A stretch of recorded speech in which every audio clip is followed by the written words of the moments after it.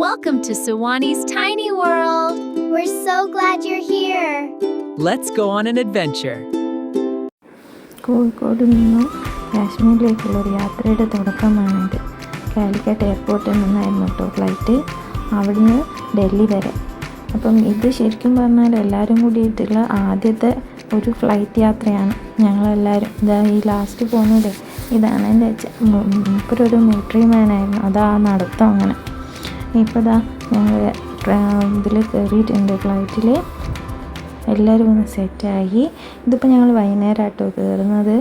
അവിടുന്ന് രാത്രിയായി ഞങ്ങൾ ഡൽഹി എത്തുമ്പോഴേക്കും. ഇവിടെ നിന്ന് അങ്ങോട്ടുള്ള യാത്ര ഒരു ബസ്സിലാണ് ജമ്മു വരെ. അത് നിങ്ങൾക്ക് കാണാം കേട്ടോ.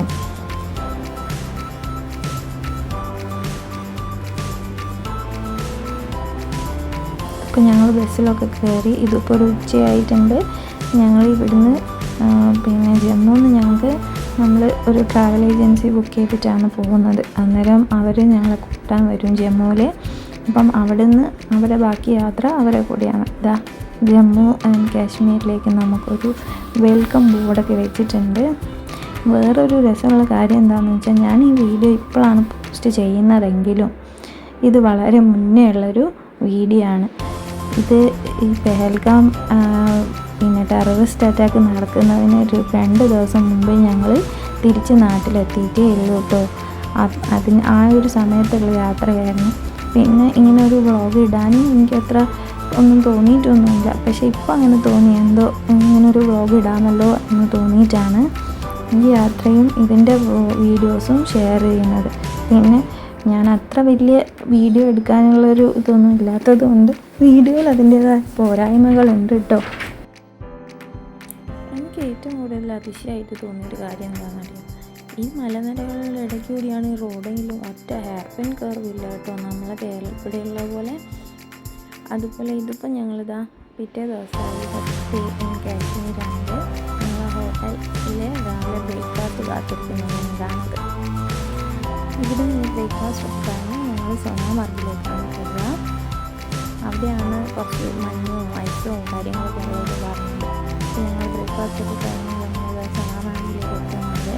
അവിടുത്തെ ഒരു ടണലാണ് കേട്ടത്.